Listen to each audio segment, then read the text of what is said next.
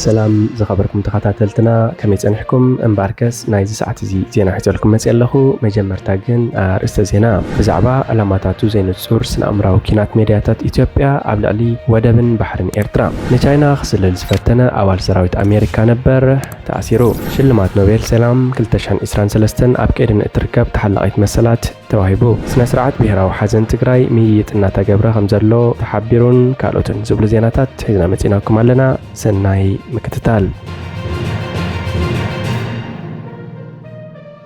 علاماتاتو زين الصورسنا أمراو كينات ميدياتاتن إثيوبيان أبلع لازم دنا هزبتات إيرتران إثيوبيان كوردز خيل حدقنا قوسن أبز حلفة حدا ورحي ميدياتات إثيوبيان إيرتراويان حتوتات نخحتو تسكدد موقع تغنفحا مغناين أستفهلنا لنا بفلا يتم ببحتز وننا ميدياتات إثيوبيا متحز زيبو الأرستات بحري ودب اندال على هزبي إيرترا أبكرت أتكبدز فتر المعدن معدام هردي كبلا غنينا اللوع نمنتاي أبين مبزح من كي زورو اللو زبلو حتوتات دما كمزل كم مقبار أيملتان أزبا أكلات منغستي إثيوبيا 03 أمسلكا زكايد زلو زي سنة أمراو كينات نتصور على ما كوانتا زي هالو تنقاقتات زحت حتتات كلا عقلوغن جميرو ميركبو تخلطاتن علاماتاتن منغستي إثيوبيا نتأب تهاجر أقاتي موزلو بوليتيكا وعزاقتي مملقن مركب كودايك إح بحرب 03 دانا فحكا هزب إثيوبيا كاوشت أو خنتاتو أنفتو نمسحات زقبر زكايدو زلو حسور صوتا مخانو فتسومايت تراترن أبزي كم جبتي كقمت زكال هزب أمحرا بزعبا بحري مس التسمعو مس منغستي صقعيو زبل عقولات تحساسبا خدرات بلصقنا نابز حسور صوتا او ديقوم كمزلو زي مزنقع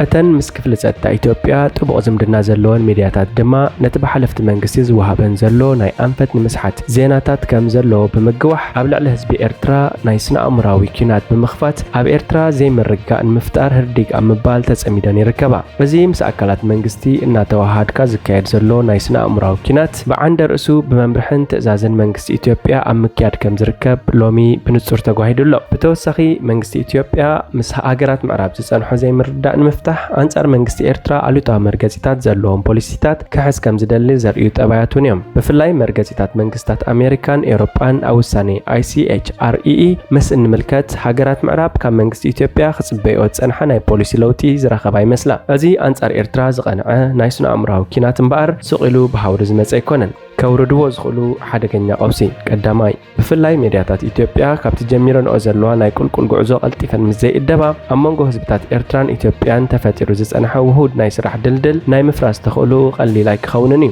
كالاي منغستي إثيوبيا كابت حيزو زلو حدقنا نايجيرو سلسة صوتا بقلتو فكل مزي كل أبزبا قرن أفريقيا بارع كل زغل كونتات كفتر زلو تخلو قلي لايكونن سالساي نالباش مرحت بلسقنا مسبحر استأساسر استقال الكا هزبا أمحرا نابلبوخم اللاسي غاليو زبل زنبع جمجم حيزوم انتهاليوم نايب حكي تلمامتي بوليتيكينياتات مخانم صنيحو مغهدو ايترفون اتمنتاي اب كل الامحرا تخاسيت زلو خنتات فتصم مملط خم زيبلو كادرات بلصقنا يزنقعو يم كبال سلا زيكال اما دمدمتا حزب ايرترا بفلاي دما اتا اب دياسبورا زركب حزبنا كابزي بزيرو سلسته ناي سللا مرببات منغستي اثيوبيان ميدياتات تهاجرن زكايد زلو نايسن امراو كينات رحقو اب زي تعدملو مقدن خيقربن كاب زخونه يخون چقچق وصيو اب عيو بيتو خدب مدرخ حتى نقحتيو قلقلاو غعزو سلف بلصقنا بزغرم فتنت نهار وسيخو ابزح مبابلو زلو اوان زلكم علني خيغبرو تصقعكا ختحلفو زقلل لحريا سلا زخونه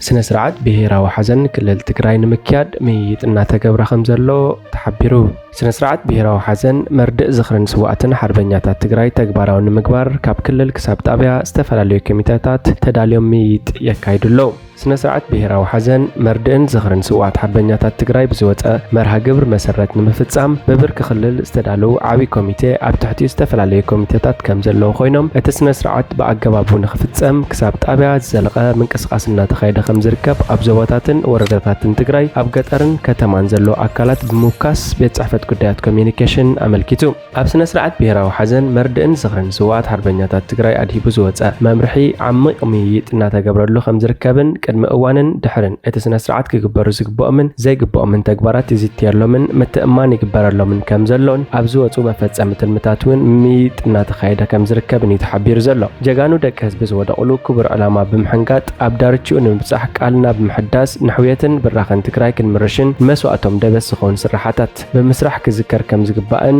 ኣካየድቲ ትምይጥ ሓቢሮም ኣለዉ። እቲ ስነ ስርዓት ንኽብርቶም ጀጋኑ ስውኣት ብዝምጥን ኣገባብ ንኽካየድ ሰፋሕቲ መድረኻት እናተሳለጡ ከም ዝርከቡን ዕውትን ዝተናበበን ስነ ስርዓት ብሄራዊ ሓዘን መርድእን ዝኽረን ስውኣት ሓርበኛታት ትግራይ ንምክያድ ምልኣተ ህዝቢ ዝሳተፍ ኮይኑ ንኽትግበር እውን ይስራሕ ከም ዘሎን ቤት ጽሕፈት ጉዳያት ኮሚኒኬሽን ሓቢሩ።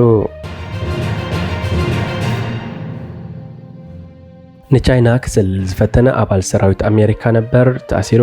ትካል ስለላ ቻይና እንታይ ኢሉ ኣብ መርበብ ኢንተርኔት ዝደለየ ኣባል ሰራዊት ኣሜሪካ ዝነበረ ሳጅን ምስጢራዊ ሓበሬታ ንትካል ስለላ ቻይና ክፈቲኑ ብዝብል ተኣሲሩ። እቲ ካብ ሆንግ ኮንግ ዝተበገሰ ወዲ 29 ዓመት ጆሴፍ ሽመት ኣብ መዕርፎ ነፈርቲ ሳን ፍራንሲስኮ ምስ በጽሐ ተኣሲሩ። ኣኽባሪት ሕጊ ግዛኣት ዋሽንግተን ቴሳ ጎርማን ሃገርና ንምኽዳዕ ዝገበሮ ጻዕሪ ዘሰንብድ እዩ ኢላ።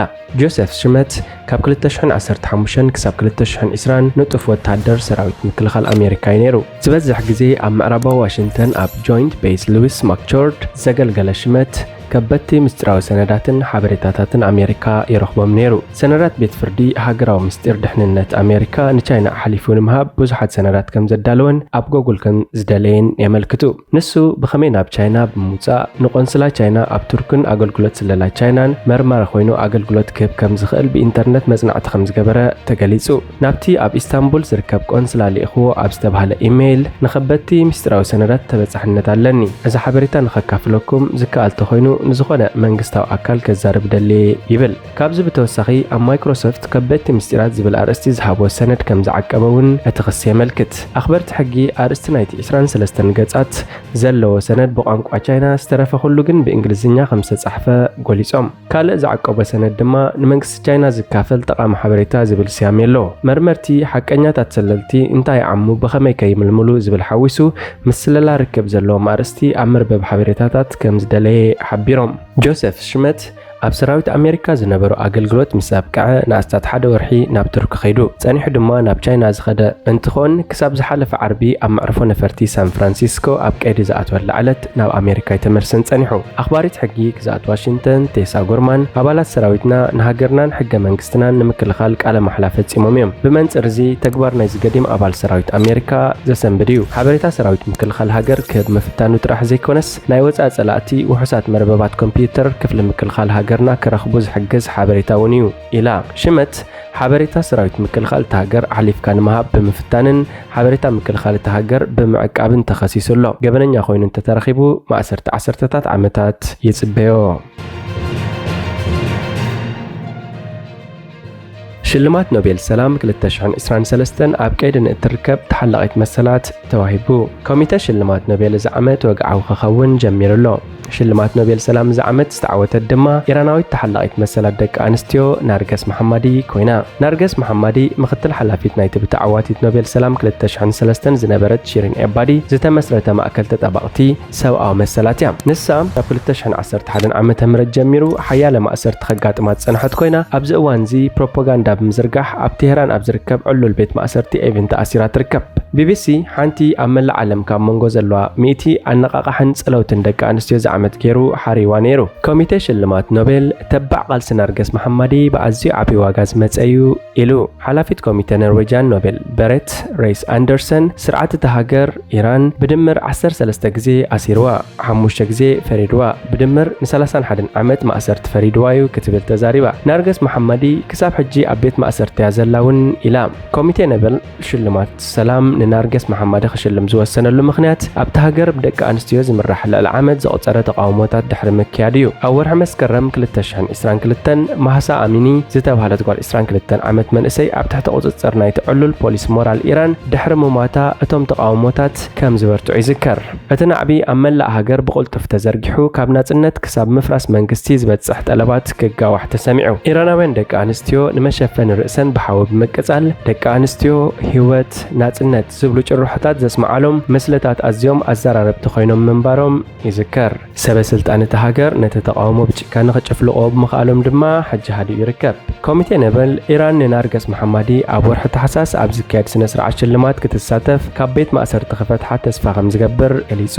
በሪት ራይስ ኣንደርሰን ሰበስልጣን ኢራን ቅኑዕ ውሳነ እንተወሲዶም ነዚ ክብሪ ክትረክብ ኣብቲ ቦታ ክትህሉ ምእንቲ ክፈትሕዋ እዮም፣ ነዚ ድማ ተስፋ ንገብር ኢላ። ኣብዚ ዓመት ኮሚቴ ኖቤል 352 ሕውፅያት ቀሪቦምሉ። ውድብ ሕቡራት ሃገራት እዚ ዓወት ትብዓት ምፍርራሕ ምግፋዕ ዓመፅን ማእሰርትን ተጻዊረን ዝተቃለሳ ኢራናውያን ደቂ ኣንስትዮ ዘኸብር ምዃኑ ገሊጹ።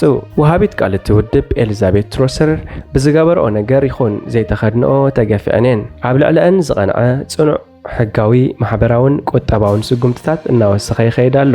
እዚ ብሓቂ ትብዓትን ቆራጽነትን ደቂ ኣንስትዮ ኢራን ዘርአየን ንዓለም ዘለዓዓላ ምዃነን ዘጉልሐን እዩ ኢላ።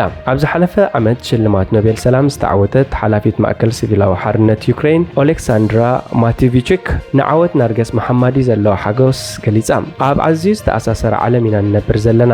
ኣብዚ ሕጂ እዋን ኣብ ኢራን ዝርከቡ ሰባት ንናጽነት ይቃለሱ ኣለዉ። መጻኢና ኣብ ዓወቶም እዩ ዝምርኮስ ክትብል ኣብ ኤክስ ጽሒፋ። ከምኡውን ኣብ ስደት ዘላ መራሒት ተቃዋሚ ሰልፊ ቤላሩስ ስቬትላና ቲካኖቭስካያ እታ ኣብ ቤት ማእሰርቲ ዘላ ተጣባቂት ሰብኣዊ መሰላት ዋላ እውን ብድሕሪ መቑሕ ሱቕ ዘይምባላ ንኹሉም ምትብባዕ ይፈጥር። ልክዕ ከም ተዓዋቲት ኖቤል እቲ ዝሓለፈ ዓመት ዝኾነት ቤላሩሳዊት ኣሌስ ቢያልስቲኪ ንሳ እውን ክትፍትሕ ኣለዋ ብምባል ሰናይ ትምኒታ ገሊጻ።